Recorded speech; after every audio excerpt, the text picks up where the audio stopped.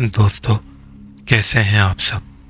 میری دعا ہے کہ آپ سب خیریت سے ہوں، آپ کی ہر وہ جائز خواہش پوری ہو جس کی آپ کو چاہت ہے، اور آپ جہاں رہیں خوش رہیں، آباد رہیں اور صحت یاب رہیں۔ دوستو، بعض اوقات محض تفریح کے لیے جانے والے فیصلے زندگی بھر کے لیے ایک ڈراؤنا خواب بن جاتے ہیں۔ دوستو، سطح سمندر سے کئی فٹ اونچے پہاڑوں کے ہولناک ویرانوں میں غیر مرئی مخلوقات یعنی جنات کے مسکن ہوا کرتے ہیں۔ اگر کوئی انسان اپنی غلطی یا کسی اور وجہ سے رات کے خوفناک اندھیروں میں پہاڑوں کے ان ہولناک ویرانوں میں پھنس جائے، جہاں پر دل دہلا دینے والے خوفناک اور طاقتور جنات کے مسکن ہو، تو پھر ایسے لرزہ خیز اور ہولناک واقعات پیش آتے ہیں کہ خوف کی وجہ سے رگوں میں خون جم جاتا ہے۔ ایسا ہی ایک ہیبت ناک ہارر واقعہ ہمیں زاہد نے فیصل آباد سے بھیجا ہے۔ زاہد اپنی زندگی کا یہ رگوں میں خون جماتا، روح لرزا دینے والا واقعہ ہمیں بھیجنے کے لیے ہم آپ کے بہت مشکور ہیں۔ چلیے دوستو، بالکل وقت نہ ضائع کرتے ہوئے زاہد کے ساتھ پیش آنے والا یہ خوفناک ترین واقعہ ہم انہی کی زبانی سنتے ہیں۔ السلام علیکم شعیب بھائی، میرا نام زاہد ہے، میں فیصل آباد کا رہائشی ہوں۔ یہ واقعہ جو میں آج آپ کو سنانے جا رہا ہوں، یہ واقعہ سن 2015 کی سردیوں کا ہے۔ دسمبر کا مہینہ چل رہا تھا۔ ہم 3 بھائی اور 2 بہنیں ہیں۔ ہم بہن بھائیوں نے برف باری انجوائے کرنے کا پروگرام بنایا۔ ہم سب بہن بھائیوں کو ایڈونچر کا بہت شوق تھا، لیکن اس سفر کے بعد ہمارے ساتھ جو کچھ ہوا، اس کے بعد ہمارا ایڈونچر کا شوق تقریباً ختم ہو گیا۔ ہم نے یہ سوچا تھا کہ کسی ایسی جگہ گھومنے جائیں گے جہاں ہمیں زیادہ سے زیادہ برف باری دیکھنے کو ملے۔ ہم نے نیلم ویلی کی کیل ویلی جانے کا پروگرام بنایا۔ وہاں پر برف باری کا فورکاسٹ تھا۔ ہمارے پاس اپنی ذاتی 4x4 مونٹیریو SUV تھی۔ ہم نے سارا ضروری سامان گاڑی میں رکھا اور اپنے سفر پر روانہ ہو گئے۔ ہم تقریباً صبح 10 بجے فیصل آباد سے روانہ ہوئے تھے۔ ہمارا پروگرام تھا کہ ایک رات مظفر آباد میں قیام کریں گے اور دوسرے دن پھر کیل کا سفر شروع کریں گے۔ تقریباً 9 گھنٹے سفر کرنے کے بعد ہم آخرکار مظفر آباد پہنچے۔ یہاں ہم نے رات گزارنے کے لیے ایک ہوٹل بک کیا۔ 9 گھنٹے سفر کر کے ہم کافی تھک گئے تھے۔ ہمیں اس رات بہت مزے کی نیند آئی۔ صبح ہماری آنکھ بھی کافی دیر سے کھلی۔ ہم تقریباً 3 بجے مظفر آباد سے کیل کے لیے روانہ ہوئے۔ ہمارا سفر تقریباً 6 گھنٹے کا تھا۔ ہمارا ارادہ جلدی نکلنے کا تھا، لیکن آنکھ دیر سے کھلنے کی وجہ سے ہمیں دیر ہو گئی تھی۔ جب ہم شادرہ پہنچے تو اچھی خاصی برف باری شروع ہو گئی تھی۔ ہمیں بتایا گیا کہ شادرہ سے آگے کافی تیز برف باری ہو رہی ہے اور کافی دیر سے ہو رہی ہے۔ روڈ پر اچھی خاصی برف جمع ہو گئی تھی۔ شادرہ سے آگے صرف 4x4 گاڑی کے ذریعے ہی کیل تک پہنچا جا سکتا تھا، لیکن مسئلہ یہ بھی تھا کہ اچھا خاصا اندھیرا ہو گیا تھا۔ انتظامیہ نے ہمیں کہا کہ آپ کے پاس 4x4 ہے، اس لیے ہم آپ کو آگے جانے دے سکتے، لیکن اس وقت آگے جانا خطرناک ہے کیونکہ ممکن ہے کہ برف باری اور زیادہ تیز ہو جائے۔ اگر آپ لوگ برف باری میں پھنس گئے تو آپ کو برف باری رکنے تک کا انتظار کرنا پڑے گا، کیونکہ جب تک برف باری ہوتی رہے گی سڑک کو کلیئر کرنا ممکن نہیں ہے، اور آگے کافی تیز برف باری ہو رہی ہے اور مزید تیز ہونے کا امکان ہے۔ ہم بہن بھائیوں کو تو ایسا ہی ایڈونچر چاہیے تھا۔ ہم نے کافی کوشش کری اور ضد کرنے کے بعد آخرکار آگے کا سفر شروع کر دیا۔ ابھی ہم نے تقریباً آدھے گھنٹے کا سفر کیا تھا کہ برف باری کافی تیز ہو گئی۔ سڑک پر کافی زیادہ برف جمع ہو گئی تھی۔ ہماری 4x4 گاڑی بھی اس برف میں بہت مشکل سے چل پا رہی تھی۔ پھر آخر وہی ہوا جس کا ڈر تھا، ہماری 4x4 گاڑی بھی اس برف میں سٹک ہو گئی۔ ہم نے سوچا تک نہیں تھا کہ ہماری 4x4 گاڑی بھی اس برف باری میں پھنس جائے گی۔ ہم نے بہت کوشش کری لیکن سڑک پر برف کافی زیادہ تھی، ہماری گاڑی بالکل نہیں ہل رہی تھی۔ اب ہمارے پاس برف باری رکنے کا اور روڈ کلیئر ہونے کا انتظار کرنے کے سوا کوئی چارہ نہیں تھا۔ شکر ہے کہ ہم اپنے ساتھ کمبل وغیرہ اور کھانے پینے کا سامان سب ساتھ لائے تھے۔ ہماری گاڑی پھنسی تھی، وہاں دور دور تک ویرانہ تھا، کوئی آدم ذات نظر نہیں آ رہا تھا۔ ہمارے دونوں طرف پہاڑوں پر برف میں ڈھکے جنگلات تھے۔ ہمیں یہاں پھنسے ہوئے تقریباً 2 گھنٹے ہو گئے تھے۔ برف باری تھوڑی ہلکی ہوئی تھی لیکن ابھی بھی اچھی خاصی تیز تھی۔ رات کافی زیادہ ہو گئی تھی، ہمارے چاروں طرف ہولناک اندھیرا چھا گیا تھا۔ ہمارے پاس کافی تیز پاورفل سرچ لائٹ تھی۔ میرا بھائی وہ سرچ لائٹ ہمارے ارد گرد پہاڑوں پر موجود جنگلات پر مار کر دیکھنے لگا۔ ہم سب بھی سرچ لائٹ کی روشنی میں جو کچھ نظر آ رہا تھا دیکھنے لگے کہ ایک دم سے ہمیں کافی بڑا کالا وجود نظر آیا۔ میرے بھائی نے فوراً دوبارہ سرچ لائٹ اس جگہ پر ماری جہاں پر ابھی ہمیں وہ وجود نظر آیا تھا، لیکن اب وہاں کوئی موجود نہیں تھا۔ وہ وجود بہت زیادہ بڑا تھا، درختوں سے بھی باہر نکل رہا تھا۔ ہم سب نے دیکھا تھا سفید برف میں وہ جیٹ بلیک کالا وجود کافی واضح نظر آیا تھا۔ میری بہن نے ڈرتے ہوئے کہا، کیا یہ بگ فٹ تھا؟ میں نے کہا، بگ فٹ جیسی کوئی چیز نہیں ہوتی، یہ خواہ کی افواہ ہے۔ میری دوسری بہن نے کہا، تو پھر یہ آخر تھا کیا؟ میرا بھائی اس جگہ کے ارد گرد سرچ لائٹ مار کر دیکھتا رہا جہاں بھی ہمیں وہ کالا وجود نظر آیا تھا، لیکن دوبارہ ہمیں وہ وجود نظر نہیں آیا۔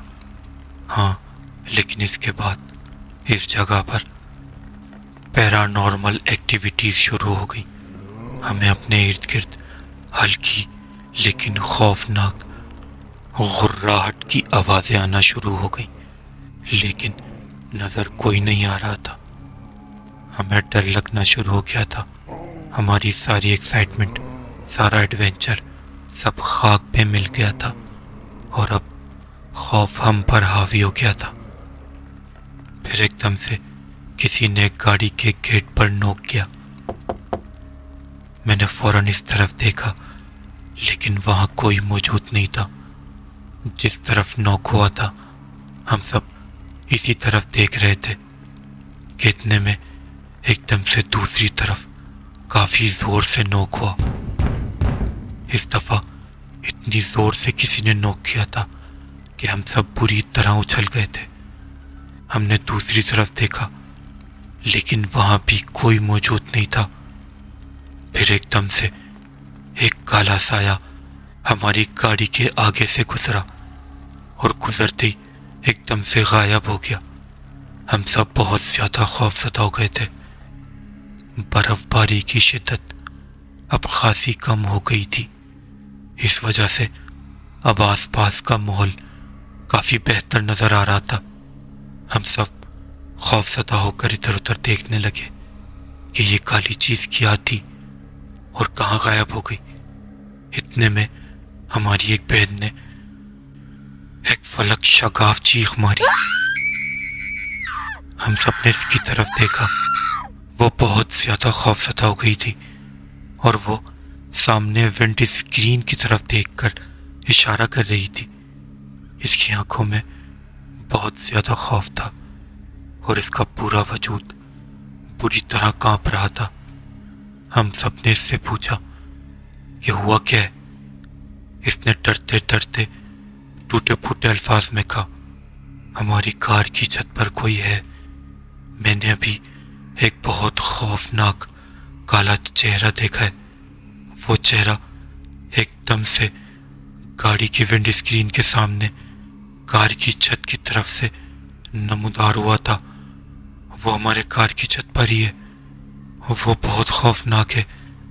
یہ کہہ کر میری بہن پھوٹ پھوٹ کر رونا شروع ہو گئی۔ ہم سب اس کو دلاسا دینے لگے کہ یہ سب تمہارا وہم ہوگا، لیکن سچی بات یہ تھی کہ ہم سب بھی اندر سے بری طرح ڈر گئے تھے۔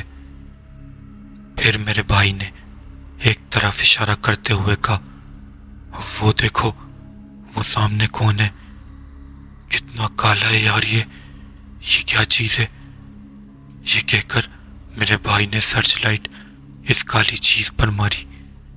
نہ جانے کیسے اگلے ہی لمحے وہ کالی چیز بالکل ہماری گاڑی کے قریب آ گئی۔ اللہ کی پناہ، میں آپ کو کیسے بتاؤں وہ کس قدر خوفناک تھا۔ وہ پورا کالا تھا، چوڑائی میں وہ کافی زیادہ تھا۔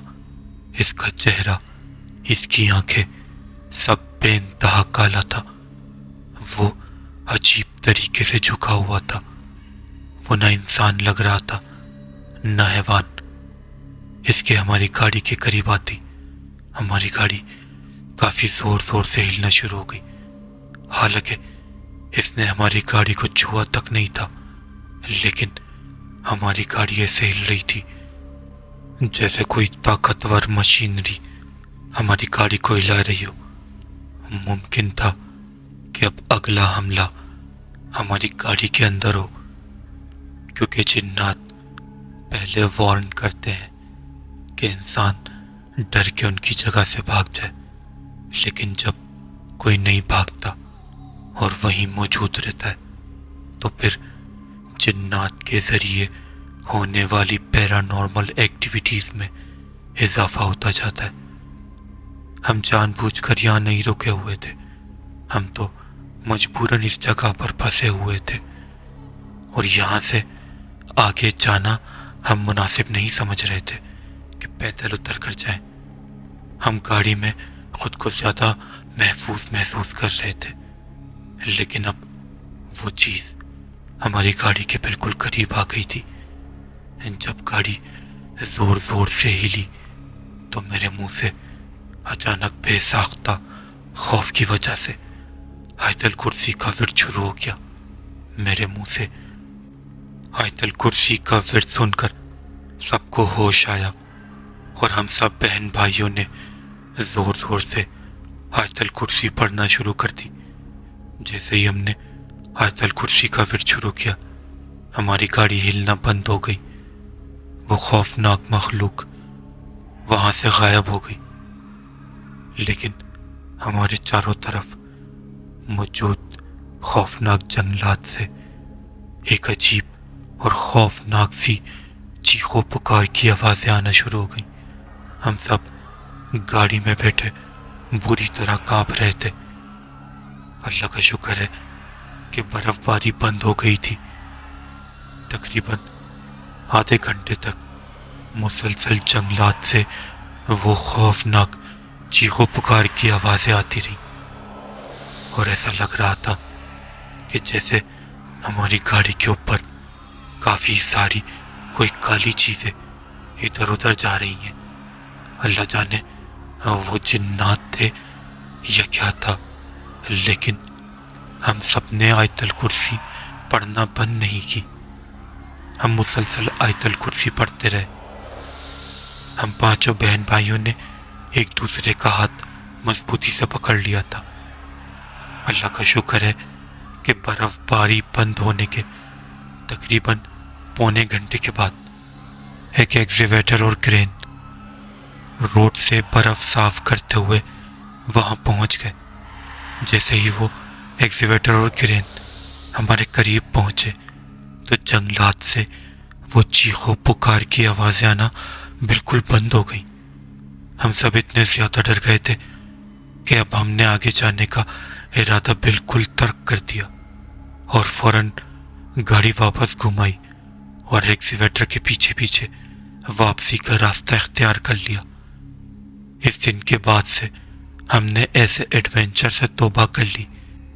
میری آپ سب سے ریکویسٹ ہے کہ جب آپ لوگ بھی کبھی ایسی جگہوں پر گھومنے جائیں تو وہاں پر موجود انتظامیہ نے جو بھی حفاظتی اصول بنائے ہوں اس کی ضرور پابندی کریں۔ یہ سب ہماری بھلائی اور حفاظت کے لیے ہی ہوتا ہے۔ اللہ پاک ہم سب کی حفاظت فرمائے۔ دوستو، اگر آپ کو ایسی ہی خوفناک کہانیاں پسند ہیں اور آپ اس چینل پر نئے ہیں تو برائے مہربانی ہمارے اس چینل کو ضرور سبسکرائب کریں اور برابر میں موجود بیل آئیکن کے بٹن کو بھی ضرور کلک کر دیں تاکہ ہمارے سارے نئے اور سچے واقعات سب سے پہلے آپ تک پہنچ سکیں۔ اور دوستو، اگر آپ کو یہ واقعہ اچھا لگا ہے تو اپنے دوستوں اور فیملی ممبرز کے ساتھ بھی ضرور شیئر کریں۔ اور دوستو، آپ کو یہ واقعہ کیسا لگا ہے اور آپ کو کیسے واقعات سننا پسند ہیں، اپنی رائے سے ہمیں کمنٹ سیکشن میں ضرور آگاہ کیجیے گا۔ اور دوستو، اگر آپ کے ساتھ یا آپ کے کسی دوست، ریلیٹو یا جاننے والے کے ساتھ ایسا ہی کوئی خوفناک واقعہ پیش آیا ہے تو اسے ہمارے ساتھ نیچے دیے گئے اس ای میل ایڈریس یا اس واٹس ایپ نمبر پر ہمارے ساتھ ضرور شیئر کریں۔ ہاں، لیکن اس بات کا دھیان ضرور رکھیے گا کہ وہ واقعہ کسی اور چینل پر نہ سنایا گیا ہو۔ ہم آپ کا واقعہ اپنے اس چینل پر ضرور شائع کریں گے۔ آپ سب کا بہت بہت شکریہ۔